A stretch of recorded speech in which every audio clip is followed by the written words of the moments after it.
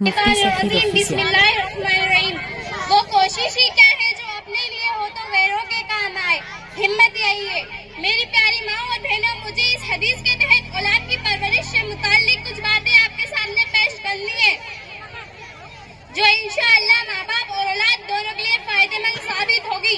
हजरत अब्दुल्ला बिन उमर रजी अल्लाह अन्हु से मरवी है कि वो हुजूर सल्लल्लाहु अलैहि वसल्लम से रियायत करते हैं। आपने फरमाया, तुम में से हर एक मुहाफिज है, हर एक से अपनी रियाया के बारे में बात पूछ होगी। बादशाह मुहाफिज है, खानिम मुहाफिज है, औरत शोहर के घर और उसके बच्चों पर मुहाफिज है।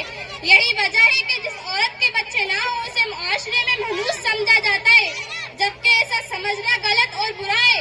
यह अल्लाह का फजल है, जिसको चाहे अता फरमा दे। जैसे औलाद बड़ी नेमत है, वैसी औलाद के हुकूक भी अहम और बड़े हैं, जिससे हम न वाकिफ हैं और औलाद के हुकूक अदा नहीं करते।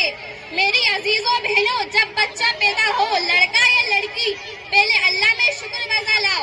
आजकल अगर लड़की पैदा हो जाए तो तबीयत पर बोझ हो जाती है। बात औरतें अपनी जिंदगी में तंगी महसूस करने लगती हैं, जबकि मेरे आका मोहम्मद रसूल सल्लल्लाहु अलैहि वसल्लम ने लड़की की परवरिश पर इस अहमियत के साथ जन्नत की बशारत दी, जितनी अहमियत के साथ लड़के की परवरिश पर जन्नत की बशारत दी।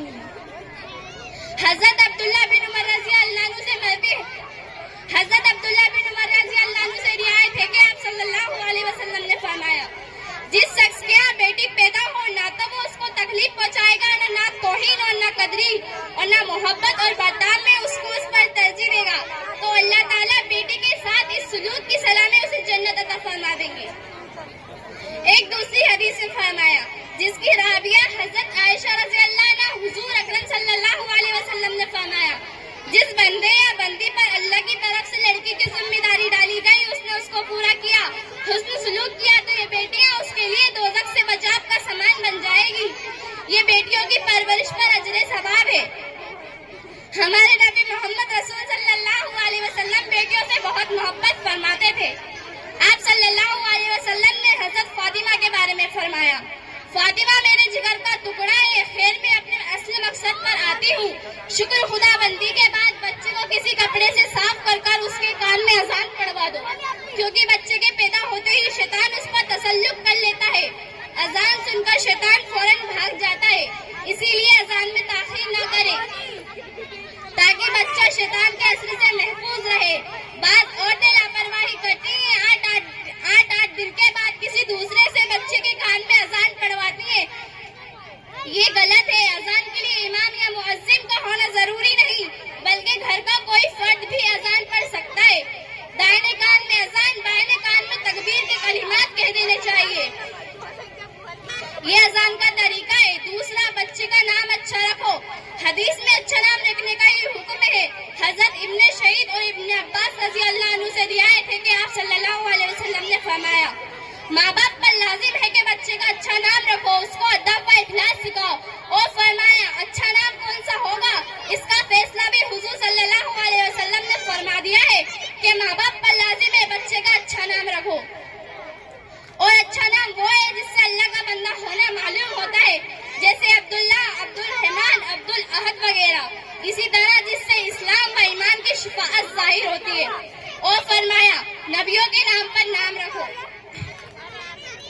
अल्लाह के नजदीक सबसे ज्यादा महबूब नाम अब्दुल्ला और अब्दुल रहमान है, मतलब ये कि नाम अच्छा हो। इसी तरह बुद्धू, छच्चू वगैरह ये सब नाम भी बेमानी है। ऐसे नामों से हुजूर सल्लल्लाहु अलैहि वसल्लम नफरत करते थे और बुरे नामों को बदल दिया करते थे। मेरी माँ और बहनों, आजकल जो गुड्डू, बबलू वगैरह नाम लेकर पुकारती हैं, ये इस्लाम के खिलाफ नाम है। ऐसे नामों से एहतराज करना चाहिए। तीसरा, अगर आपके यहाँ गुंजाइश हो तो पैदाइश के 7 रोज बाद अकीका कर दो, यानी लड़की की जानिब से 1 बकरा और लड़के की जानिब से 2 बकरे ज़िबा कर कच्चा या पका हुआ गोश्त गरीबों व अजीजों को खिला दिया जाए। अगर गुंजाइश कम हो तो लड़की की तरफ से 1 बकरा भी ज़िबा किया जा सकता है।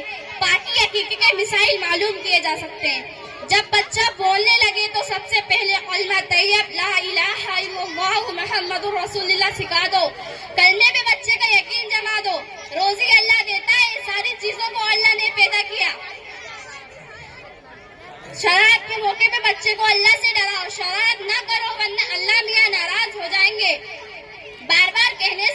यकीन हो जाएगा अल्लाह हर चीज देखता है, मुझे भी देख रहा है, मेरी शरारत भी देख रहा है।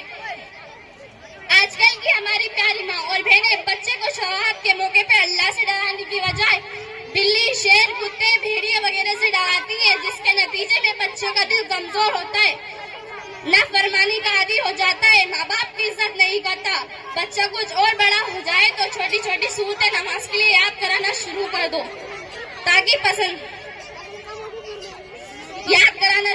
दो ताकि नमाज का मुहाफिज बने।